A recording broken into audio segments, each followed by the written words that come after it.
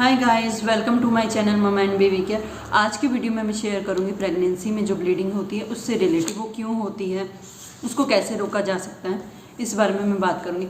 ये एक ऐसा टॉपिक है जो आपको डरा देता है, किसी को भी। ऑब्वियसली बात है, मेरे साथ भी हुआ था। प्लेसेंटा जब केस था तो ब्लीडिंग हुई थी और बहुत स्कैरी था। इसमें ऐसा लगता कि कहीं मिसकैरेज ना हो जाए, ये थॉट्स आते हैं माइंड में, या कोई बहुत ज़्यादा इशू ना हो जाए, आपकी जान पे बात ना आ जाए, बहुत सारे आपके माइंड में थॉट्स आएंगे। बट आपको उसको लेकर डरना बिल्कुल भी नहीं है। पहले तो मैं आपको रीज़न बताती हूँ ब्लीडिंग होती क्यों है प्रेगनेंसी में। देखिए, फर्स्ट रीज़न इसका है कि जो हमारे हार्मोन्स होते हैं, अब जो हमारे प्रेगनेंसी हार्मोन्स होते हैं कई बार वो इतने हाई नहीं होते कि वो पीरियड्स को स्टॉप कर पाए। ऑब्वियसली बात है, प्रेगनेंसी तभी होती है जब हमारे पीरियड्स स्टॉप होते हैं, बट कुछ लेडीज़ को पीरियड्स प्रेगनेंसी के दौरान भी होते रहते हैं। तो कई बार ज़रूरी नहीं है जो ब्लीडिंग है किसी रीज़न से है, ये जनरली आपके पीरियड्स भी हो सकते हैं, यानी कि आपके पीरियड्स प्रेगनेंसी में भी चल रहे हैं तो भी आपको ब्लीडिंग हो सकती है। First reason. सेकंड जो रीज़न है वो ये है कि आपका प्लेसेंटा कई बार यूट्रस से अलग हो जाता है, यानी कि डिटैच हो जाता है यूट्रस से, बच्चेदानी से। जब प्लेसेंटा अलग हो जाएगा यूट्रस से तो उस केस में भी ब्लीडिंग होती है।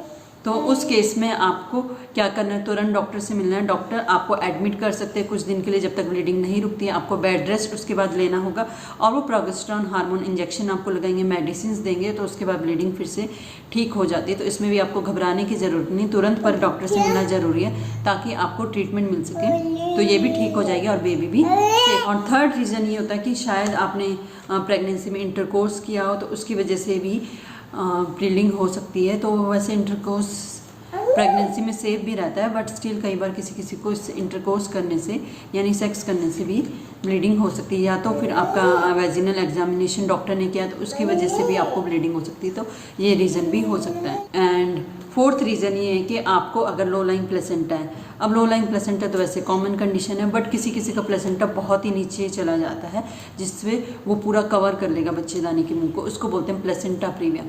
अगर आपका ये केस है तो इस केस में ब्लीडिंग होती रहती है, जब वो कवर कर लेता है ना तो इस केस में ब्लीडिंग होती रहती है, पूरी प्रेगनेंसी ब्लीडिंग होती रहती है। तो इस केस में भी जब भी ब्लीडिंग हो तो आपको डॉक्टर से मिलना है। इसमें भी बेड रेस्ट ही ओनली सॉल्यूशन है, मेडिसिन इंजेक्शंस वगैरह वो देंगे, बट जो बेड रेस्ट है वो क्या करता है, वो प्लेसेंटा को फर्दर ब्लीडिंग को रोकता है और जो आगे कॉम्प्लिकेशन आना है उसको रोक देता है। तो मैं ये कहूँगी, अगर आपको ब्लीडिंग होती है प्रेगनेंसी में, आपको पैनिक नहीं होना है, डॉक्टर से मिलना है और बेड रेस्ट ज़रूर लेना है। स्ट्रिक्ट बेड रेस्ट में चाहिए होता है, अगर आप बेड रेस्ट प्रॉपर करोगे तो आपकी ब्लीडिंग रुक जाएगी, और मेडिसिन इंजेक्शन वो तो डॉक्टर देंगे। तो पैनिक नहीं होना है, सिर्फ बेड रेस्ट करना है, ब्लीडिंग का यही सॉल्यूशन होता है। तो रीजन्स मैंने आपको बता दी, सॉल्यूशन इसका एक ही है, बेड रेस्ट और दवाइयाँ इंजेक्शन जो भी डॉक्टर देंगे। तो आई होप आपको इस वीडियो से हेल्प मिले, और अगर आपके साथ भी केस है तो पैनिक बिल्कुल मत होइए, रीज़न ढूंढिए, डॉक्टर से मिलिए और आपको सॉल्यूशन ज़रूर मिलेगा। अगर आपको ये वीडियो पसंद आते तो मेरी वीडियो को लाइक करना बिल्कुल भी ना भूलें। Thank you so much guys.